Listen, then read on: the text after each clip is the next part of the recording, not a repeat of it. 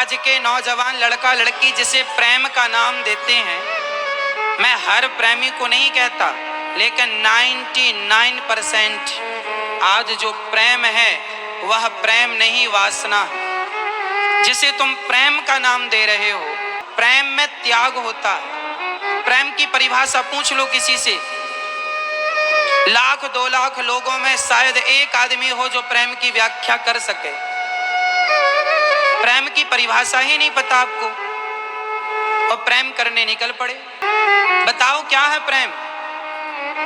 एक लड़की से प्यार करता है एक लड़का और उस लड़की को लेके भाग जाता है, उसकी माँ रोती रह जाती है, उसका बाप रोता रह जाता है। जरा इस लड़के उस लड़की से पूछो कि यही तुम्हारा प्यार था?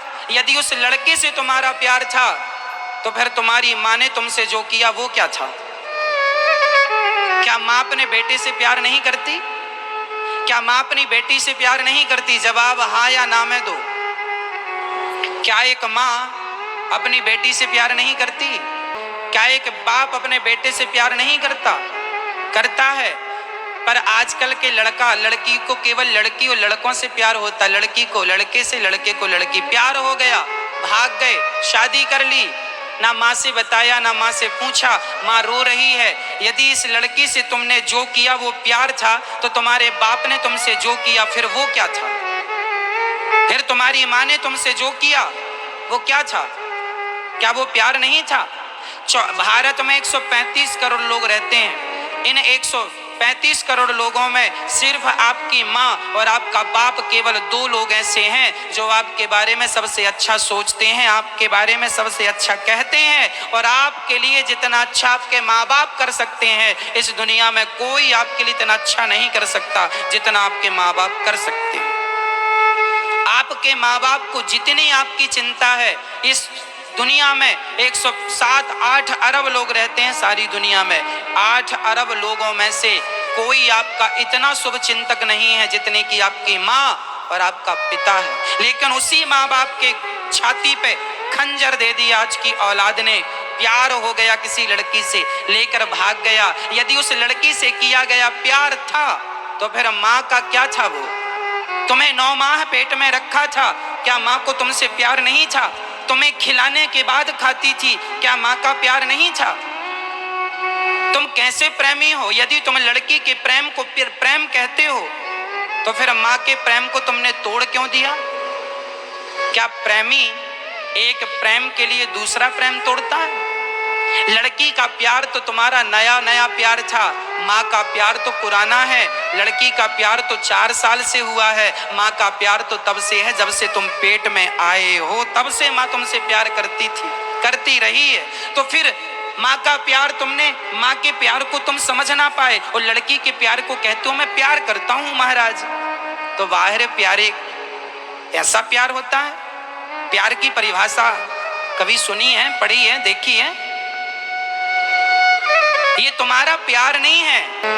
एक लड़का एक लड़की से प्यार करे, एक लड़का एक लड़की से, एक लड़की एक लड़का से प्यार करे और वो अपने माँ बाप को ठुकरा दें, माँ बाप को छोड़कर लव मैरिज कोर्ट मैरिज करके भाग जाएं, माँ रोती रह जाए, बाप रोता रह जाए, ऐसों को आप प्रेमी कहेंगे?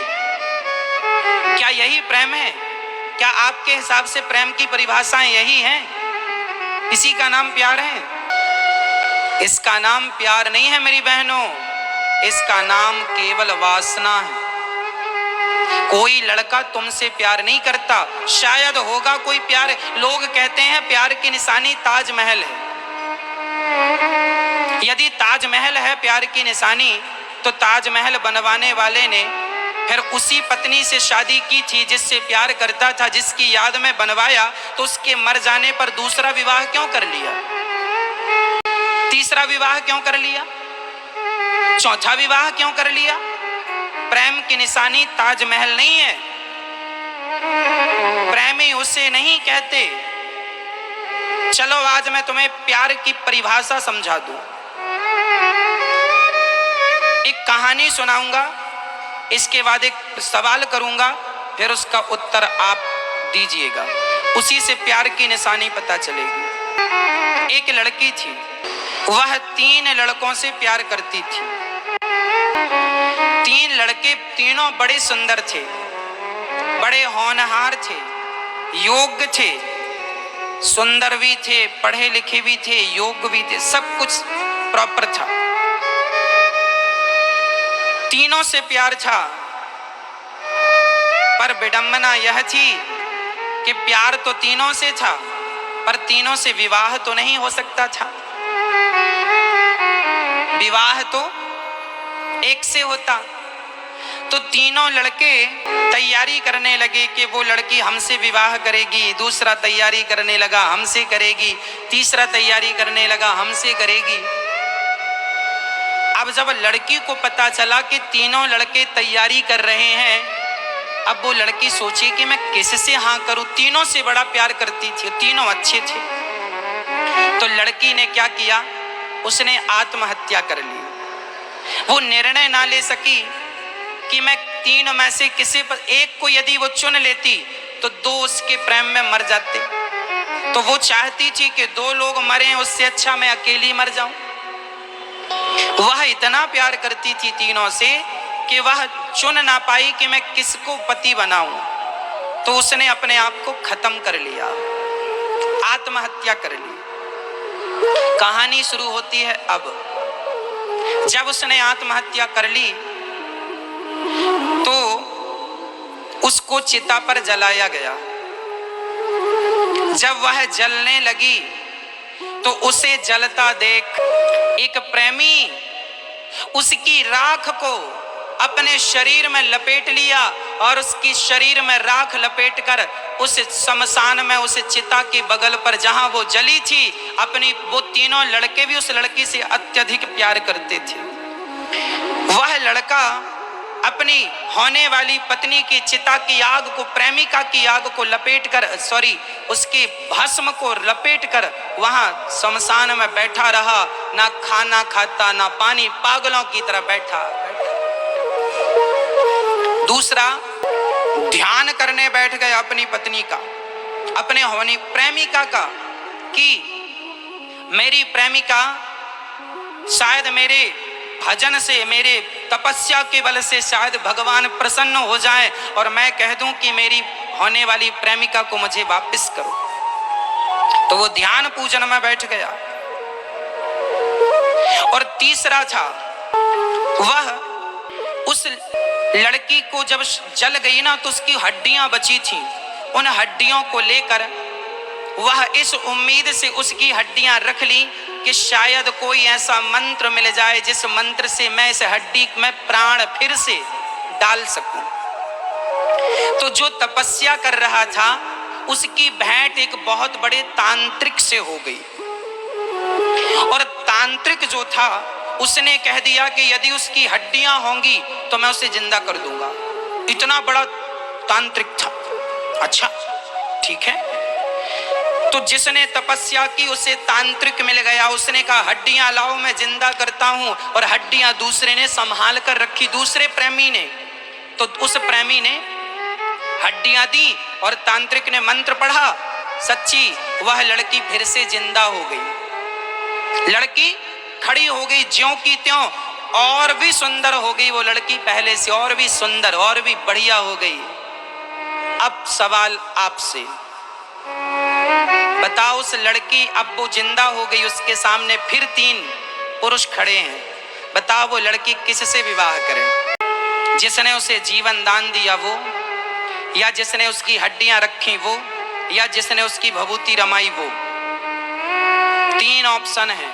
वह लड़की किससे विवाह करेगी? जवाब दो। किससे? जिसने उसे जिंदा किया, क्या उससे? यदि उससे तो आप हाथ उठाओ। इतने लोग कह रहे हैं उससे।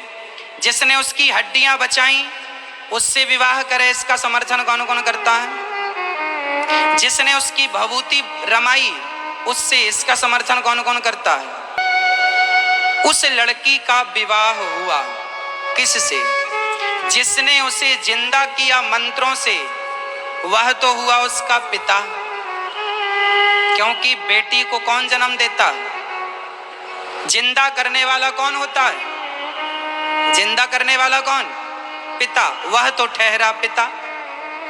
और जो हड्डियां बचा लिया वह हुआ भाई, क्योंकि बहन की रक्षा भाई करता है। विवाह किससे होगा? जो प्रेम तो पागल बना देता है, पागल जो हो गया वही उसका प्रेमी निकला और उसी से उसका विवाह संपन्न हुआ। अर्थ क्या है? प्यार किसे कहते हैं? प्यार में पागल हो जाता है व्यक्ति, भभूति रमाए घूम रहा है, ये प्रेम है, इसे प्रेम कहते हैं। गोपियां कृष्ण के लिए पागल हो गई या नहीं? मीराबाई पागल हो गई कि नहीं? जहर दिया राणा ने, जहर दिया, कौन जहर पीता है भैया? पर मीरा ने तो, राणा ने विष दिया, मानो अमृत पिया। मीरा रानी दीवानी कहाने लगी, वो तो गली गली हरि गुण गाने लगी। ये प्रेम नहीं तो क्या था? अरे प्रेमी को जहर दिया जाए तो वह अमृत समझ के पी जाता है, ये प्रेम है। क्या आपकी माँ ने आपसे प्रेम नहीं किया? क्या आपकी माँ पागल नहीं है आपके लिए? बाप की चप्पल घिस जाती है लड़की के लिए लड़का देखते देखते। क्या तुम्हारा बाप पागल नहीं है? छोटा सा मोबाइल चलाता है, तुम्हारे लिए बड़ा सा लाता है। खुद के कपड़े फटे हैं, तुम्हारे को अच्छा पहनाता है। क्या तुम्हारा बाप पागल नहीं है? तुम्हारे प्रेम में पागल है मेरी बहन, लेकिन तुम्हें अपने बाप का प्यार तो नजर ना आया। दो कौड़ी के लड़के को कहती हो ये प्यार करता है, वो तुमसे नहीं तुम्हारे सुंदर शरीर से प्यार करता है। समझ जाओगी समय पर तो कुछ नहीं बिगड़ेगा, और जरा देर से जागी तो शायद बहुत कुछ बिगड़ भी जाए। ऐसा कोई काम ना करना मेरी बहनों, ऐसी कोई हरकत ना करना जिससे तुम्हारे माँ बाप को सिर झुकाकर जीना पड़े। कुछ ऐसा कर जाना कि माँ बाप गर्व कर सकें कि ये मेरी बेटी है, ये मेरा बेटा है। कुछ ऐसा कर जाना, प्यार व्यार के चक्कर में पड़ के, अभी तुम्हारा समय पढ़ाई का है, मन लगा के पढ़ो। ये प्यार करने वाले तो बहुत आगे भी मिलते जाएंगे आपको। हाँ, अपनी माँ का दिल ना तोड़ना, बस मेरी एक छोटी सी प्रार्थना है। आज लड़के अपनी माँ का दिल तोड़ देते हैं, पिता का दिल तोड़ देते हैं। एक लड़का मेरे पास आए, बोले महाराज जी हम इससे बहुत प्यार करते हैं, शादी करना चाहते हैं। हमने कहा कर लो।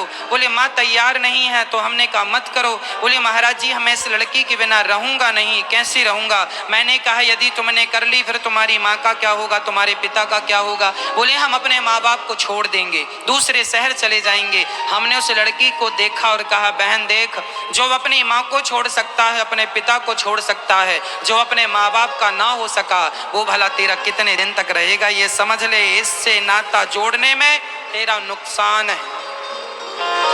विवाह करना बुराई नहीं है, प्यार करना बुरा नहीं है, पर माँ बाप भी आपके प्यार में सम्मिलित हो तो क्या बुराई है? आज शादी में आपके माँ बाप नाच रहे हो, खुशियां मना रहे हो तो अच्छा है। कि तुमने शादी कर ली तो माँ बाप रो रहे हैं कि लड़के लड़की ने भाग कर शादी कर ली, हमें तो बताया नहीं, अपनी शादी में भी हमें नहीं बुलाया। क्या ऐसी शादी करना चाहते हैं? ना, माँ होती है, किसी भी हाल में हमें उसका दिल नहीं दुखाना चाहिए। शरीर सबसे कीमती होता है मेरी बहनों, मेरी माँ। चरित्र सबसे कीमती क्या होता है? कपड़े का दाग छूट जाएगा पर चरित्र पर दाग लग जाए तो नहीं छूटेगा। मर जाना अच्छा है मेरी माँ, पर चरित्रहीन होकर जिंदा रहना अच्छा नहीं है। इसलिए अपने चरित्र को ना बिगड़ने देना। चरित्र लड़कों के लिए भी जरूरी है और चरित्र लड़की के लिए भी जरूरी है। कैरेक्टर कहते हैं आपकी भाषा में। चरित्र जो है जिसका आज समाज में व्यक्ति की पूजा नहीं है, समाज में चरित्र की पूजा है। और आज आपको बताऊं, पहले के पढ़े लिखे लोग ना, जो पहले लोग पढ़ते थे, पहले की शिक्षा में चरित्र मजबूत किया जाता था। और आज जितने पढ़े लिखे हैं, जितने का अर्थ है बहुत लोग, इसमें सारे लोगों को हम नहीं कह सकते, इसमें से बहुत लोग ऐसे हैं पढ़े लिखे जो पढ़ाई लिखाई करने के बहाने अपना चरित्र बिगाड़ लेते हैं। लड़कियां पढ़ने जाती हैं और देखा तो पता चला किसी लड़के के संग घूम रही है। लड़का पढ़ने गया, हॉस्टल में रहता है, किसी लड़के के संग रहता है, रिलेशनशिप में रहने लगे आजकल लड़के। ये पढ़ने गए हैं, ये पढ़ते कम है, चरित्र ज्यादा बिगाड़ रहे हैं। पहले की पढ़ाई ऐसी नहीं थी मेरी माँ, पहले तो बच्चे पढ़ते थे और पढ़कर चरित्रवान होते थे, और आजकल पढ़ते हैं, पढ़कर चरित्र बिगाड़ कर आते हैं। इनका चरित्र वहीं बिगड़ जाता पढ़ने के नाम पर। आज लड़कियां हॉस्टल में रहती हैं, माँ बाप भेज देते हैं, पढ़ने गई है, जरा जाकर देखो तो 7 बजे रात्रि को, शाम को सूर्य ढलते ही किसी जगह पर किसी लड़के के साथ बैठी मिलती है। आपने नहीं देखा? नहीं देखा? देखा है आपने। मुंबई में आप चले जाना, समुद्र के किनारे लड़का लड़की मधुमक्खी की तरह मिलते हैं आपको। दिल्ली चले जाओ, वहां पार्कों में जाकर देखो, लड़का लड़कियों के सिवा वो पार्क लड़का लड़की के लिए बनाया गया ऐसा लग रहा है। बैठे हैं रात रात तक किसी छांव में पेड़ के, वो अकेला एकांत ढूंढ रहे हैं, बैठे हैं। लड़का ये पढ़ने आए हैं, ये पीएचडी चल रही है इनकी, पीएचडी कर रहे हैं, पढ़ रहे हैं, अच्छे घर के लोग हैं, पढ़ने आए हैं। और माँ बाप कह रहे हैं पढ़ने गई है छोरी, पढ़ रही है कि क्या कर रही है, थोड़ा तुम भी तो जाकर देख लो, तुम भी तो मुआयना करो, बाप हो। हाँ, तुम्हारा बेटा पढ़ रहा है, जाकर देख लो क्या कर रहा है। बड़े बड़े शहरों में जब आप बेटी और बेटों को पढ़ने भेजते हैं, पढ़ाई तो ना के बराबर होती है, ये सब चलता है, ये सब आपको पता है। लेकिन अब आप ही नहीं चाहते कि ये सब आपके बच्चे संस्कारी हों, तो फिर जब आप ही नहीं चाहते तो फिर दूसरा चाहेगा भी तो क्या होगा? जब माँ बाप ही नहीं एक्शन ले रहे हैं सही रास्ता। भाई आपका बेटा पढ़ भी जाए, पढ़ा लिखा भी हो और चरित्र भी मजबूत हो, इसमें क्या नुकसान है? शादी के बाद तुम जितना संसार का भोग भोगना है भोगो, कौन मना करता है? और शादी तो हो जाने दो। ये शरीर जो है ना, स्वामी विवेकानंद जी गए थे एक बार इंग्लैंड, तो इंग्लैंड का कोई व्यक्ति बोला कि तुम्हारे भारत की नारी तो माटी है, हमारे देश की नारी तो गोल्ड है, गोल्ड, सोना है, सोना। अच्छा, स्वामी विवेकानंद जी ने कहा ठीक कह रहे हो, आपके देश की नारी सच्ची सोना है और हमारे देश की नारी माटी है। हमारे यहाँ माटी का बनता है कुल्हड़, कुल्हड़ जिस पर लस्सी पीते हैं, दूध पीते हैं, छाछ पीते हैं, चाय पीते, कुल्हड़ जानते हैं? मिट्टी की गिलास। स्वामी विवेकानंद जी ने कहा हमारे यहाँ मिट्टी की गिलास बनती है और सोने की गिलास, सोने की गिलास में कोई दूध पी ले तो पीकर सोने की गिलास फेंकेगा नहीं, धुलकर दूसरा पिएगा, धुलकर तीसरा पिएगा, धुलकर चौथा पिएगा। लेकिन मिट्टी की गिलास में एक बार किसी ने लस्सी पी ली, दूध पी लिया, तो वह मिट्टी की गिलास मिट जाएगी, लेकिन फिर दूसरे के मुंह से नहीं लगेगी। ये भारत की नारी है, एक बार किसी को अपना पति मान लेती है, एक बार अपना शरीर किसी को दे देती है तो शरीर पर दूसरे पुरुष को उंगली नहीं रखने देती। ये भारत की नारी है, मर जाती है पर अपने आप को किसी दूसरे पुरुष के हवाले नहीं करती। लेकिन आज समाज में शादी के पहले ही आपके शरीर पर कितनों का कब्जा हो गया। अब आपके पति के लिए आप शुद्ध हो? अपने आप से सवाल करना, ये इसका ना जवाब मेरे पास है ना जमाने को देने की जरूरत है। आप अपने आप से सवाल करना कि आप कितने शुद्ध हैं, आपका चरित्र कितना स्ट्रांग है। और आपने चरित्र बिगाड़ा और अब शादी हो गई आपकी, अपने पति के संग हो, जब कभी अकेले बैठ के सोचोगी ना तो आपको ये डिसीजन गलत नजर आएगा, मैंने गलती की, मैंने गलती की, मैंने। आज जो हम कह रहे हैं वो एक ना एक दिन आपकी समझ में आएगा। इसलिए ये शरीर माटी है, मिट जाएगा, लेकिन अपने पति के सिवा इस शरीर पर किसी और का कोई अधिकार नहीं है। ये भारत की नारी है। विदेशों में तो कपड़ों की तरह लोग पुरुष बदलते, विदेशों की नारी, भारत की नारी ऐसी नहीं है। भारत की नारी माटी की गिलास है और दुनिया की और किसी और देश की नारी सोने की गिलास होती होगी। सोने की गिलास तो धुल धुल कर दूसरे तीसरे भी लोग उसमें दूध लस्सी पी सकते हैं, पर भारत की कुल्हड़ की गिलास एक बार किसी के मुंह से लग जाए वह टूट जाती है, फूट जाती है, पर किसी और के मुंह से नहीं लगती। ये भारत का चरित्र है। झांसी की रानी 23 साल की थी, जब उस पर अंग्रेजों ने हमला कर दिया, जंगल में उसका घोड़ा गिर गया, चारों तरफ से गोली लग गई घोड़े को, घोड़ा मर गया। तब झांसी की रानी ने, एक संत जी कुटिया बनाकर जंगल में भजन कर रहे थे, कुटिया की घास अपने सिर पे डाल के आग लगा दी झांसी की रानी ने। पूछा संत ने, क्यों बेटी, क्यों जिंदा जल रही है? झांसी की रानी ने कहा, महाराज कह देना जमाने को कि जब तक शरीर में ताकत थी, घोड़ा मजबूत था, तब तक मैं अपने देश के लिए लड़ती रही, देश के लिए मरती रही। अब मैं आत्महत्या नहीं कर रही हूँ, अभी तक मैं देश की रक्षा करती रही, अब तो अपने चरित्र की रक्षा कर रही हूँ। यदि मैं अंग्रेजों के हवाले हो जाऊंगी, अंग्रेजों ने मुझे पकड़ लिया, तो वह मेरा चरित्र बिगाड़ देंगे और भारत की नारी मर जाती है, लेकिन वह अपने आप को किसी के हवाले नहीं करते। क्या पद्मावती का जौहर आपको याद नहीं है? पद्मावती का जौहर कह दिया किसी ने कि तुम्हारे पति मर गए युद्ध में, उसने कहा मर गए तो फिर कोई दूसरा पति, दूसरा पुरुष आवे और मुझे स्पर्श करे, बर्दाश्त नहीं है, इसलिए मैं मर जाती हूँ। आग में कूद गई, मर गई, लेकिन अपने आप को किसी के हवाले नहीं किया। ये भारत का चरित्र था। अब कैसा है आप सब जान रहे हैं। इसलिए प्रार्थना हर लड़की से, हर बहन से, हर बेटी से, किसी का कुछ नहीं बिगड़ना।